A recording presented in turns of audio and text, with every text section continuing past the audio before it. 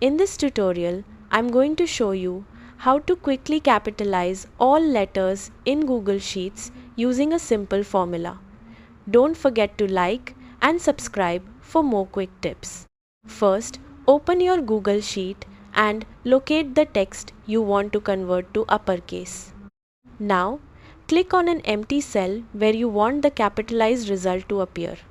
Type the upper formula using the cell that contains your original text. Press enter and Google Sheets will instantly convert all letters in that cell to uppercase. The function changes only the letters while keeping numbers and symbols exactly the same. Now, to apply this to a full list, drag the small square at the bottom right of the cell downward. Google Sheets will automatically apply the formula to the rest of your rows. Each cell will now show the uppercase version of your original text.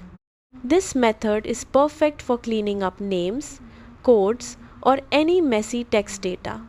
And that's it. A fast and easy way to make your text look clean and consistent.